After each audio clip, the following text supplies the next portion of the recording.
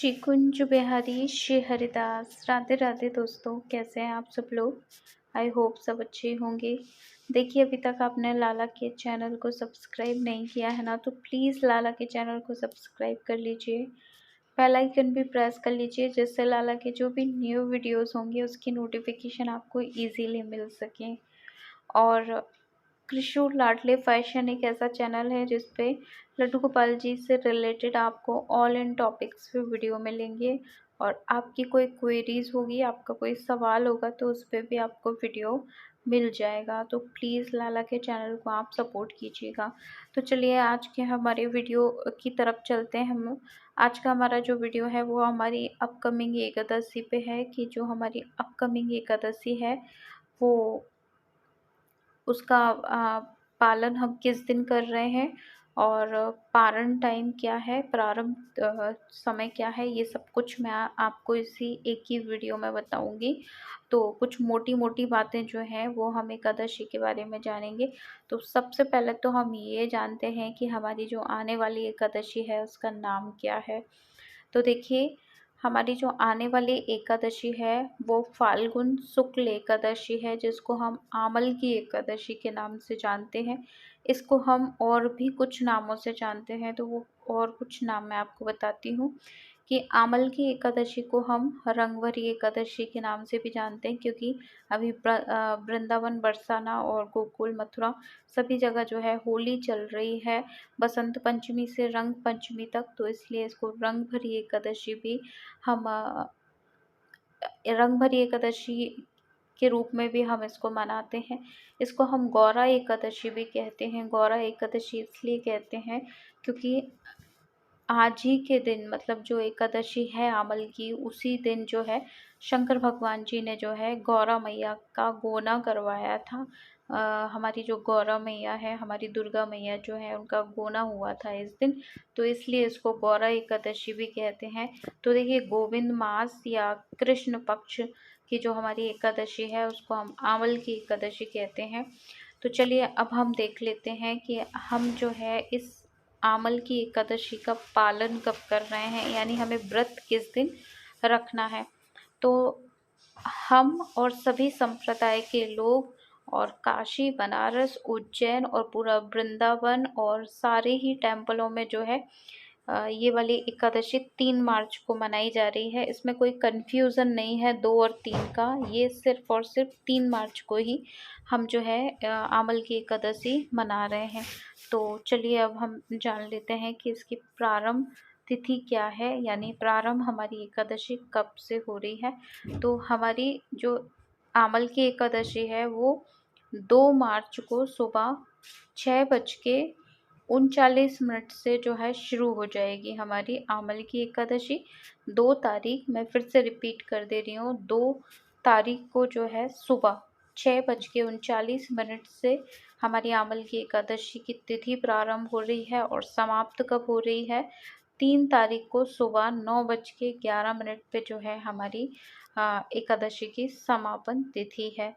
तो आप अच्छे से नोट कर लेना टाइम। आप नहीं सुन पाए हो तो आप पॉज करके वीडियो को टाइम आप जो है आराम से सुन सकते हैं।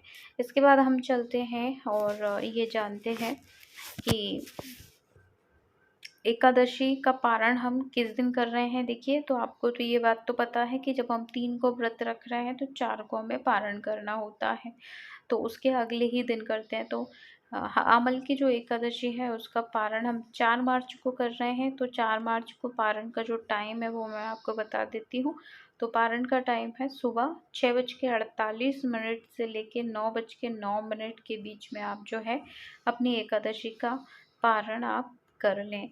अब हम थोड़ी सी चर्चा करेंगे कि एकादशी व्रत हमें कैसे रहना चाहिए और इसके क्या कुछ नियम होते हैं। अगर आप फॉलो करते हैं तो बहुत अच्छी बात है, नहीं कर पाते हैं तो भी हम जो है इसके कुछ नियम जानते हैं।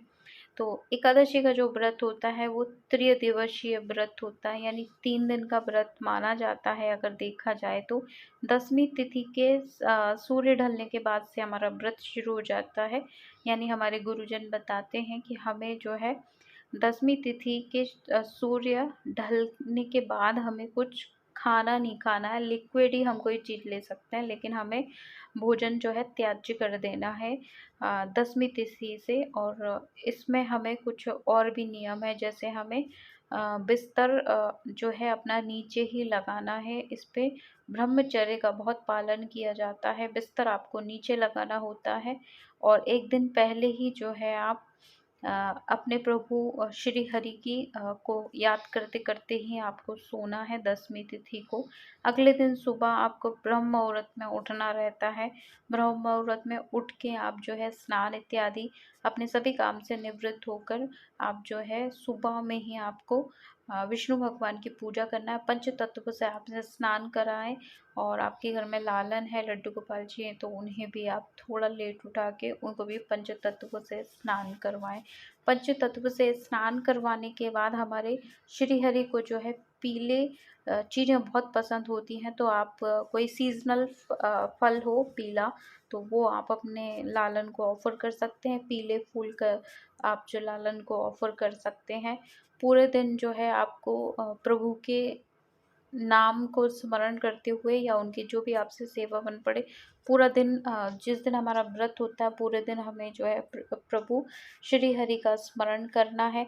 इसमें जागरण की बहुत महिमा बताते हैं कि आपको जिस दिन आपका व्रत रहे उसकी रात्रि 2 बजे तक आपको जागरण करना है, 12 बजे तक करना है।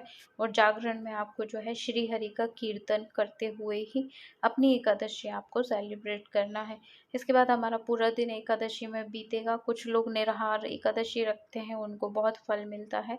कुछ लोग फलाहार करते हैं, तो फलाहार का भी कुछ नियम है कि आपको सूर्य ढलने के बाद, यानी मतलब जिस दिन आप व्रत हैं उसके आपको आरती पूजा करने के शाम को आपको जो है एकादशी का जो भी आप फ्रूट्स खाना चाहें या कोई भी फलाहार करना चाहे वो आपको शाम को करना है। इसके बाद जो है शालिग्राम जी को पंचतत्व से स्नान करवाने का भी बड़ा ही महत्व होता है। तो शालिग्राम जी को आप जो है शाम के टाइम पंचतत्व स्नान करवा सकते हैं। इसका भी बहुत विशेष महत्व होता है एकादशी के दिन। तो ऐसे करके हमारे 2 दिन बीत जाते हैं। अब हमको जो है रात होने के बाद जागरण तो करना है 2 बजे तक। भजन कीर्तन जो भी आप कर सकते हैं या कोई कथा श्रवण कर सकते हैं, प्रभु की भक्ति से रिलेटेड कोई भी कार्य आप करें। फिर आप सोते हैं, तो अगले दिन जो भी आपका पारण का टाइम होता है उसी फिक्स टाइम पे आपको पारण करना होता है। इसके बीच आप अगर पारण करते हैं तो आपके लिए बहुत ही अच्छा माना जाता है। पारण करने के कुछ नियम हैं कि तो देखिए, पारण का जो टाइम रहता है वो 9-10 के बीच के पहले पहले ही रहता है। तो इतनी सुबह जो है आपको भोजन इत्यादि आपका नहीं बनता है। तो पारण करने के भी कुछ अलग नियम है। या आप तुलसी पत्र अपने हाथ में लेके जल और तुलसी पत्र से अपना पारण कर सकते हैं। और जब आपका खाना बन जाए दोपहर में, तब जब आप जो है भोजन ले सकते हैं। संकल्प इसमें छोड़ा जाता है जिस दिन आप व्रत, मतलब जिस दिन व्रत रहता है एकादशी का, उस दिन संकल्प छोड़ा जाता है। हाथ में चावल और जल लेके आपको संकल्प करना होता है कि श्री हरि से प्रार्थना करनी होती है कि हम आपका जो है व्रत कर रहे हैं एकादशी का, और हमारा व्रत जो है सफल हो, त्रिदिवसीय व्रत ये हमारा सफल हो, ऐसा संकल्प आपको लेना रहता है। और जिस दिन आप पारण करते हैं उस दिन भी आप जो है प्रभु से क्षमा याचना करते हुए पारण करें कि आपसे कोई भी त्रुटि हुई हो तो उसको जो है प्रभु क्षमा करें। ऐसे करके हमारा एकादशी का जो है 3 दिवस का व्रत बड़ा ही महत्वपूर्ण व्रत है। श्री हरि को सबसे प्यारा कोई हमारे लड्डू गोपाल जी, हमारे लाला कृष्ण को सबसे अति प्रिय जो व्रत है वो एकादशी का व्रत ही उनको सबसे प्रिय होता है। तो दोस्तों, कैसी लगी ये इन्फॉर्मेशन प्लीज़ कमेंट सेक्शन में बताइएगा। और हम मिलते हैं लल्ला के नेक्स्ट वीडियो में। तब तक सबको श्री कुंज बिहारी श्री हरिदास।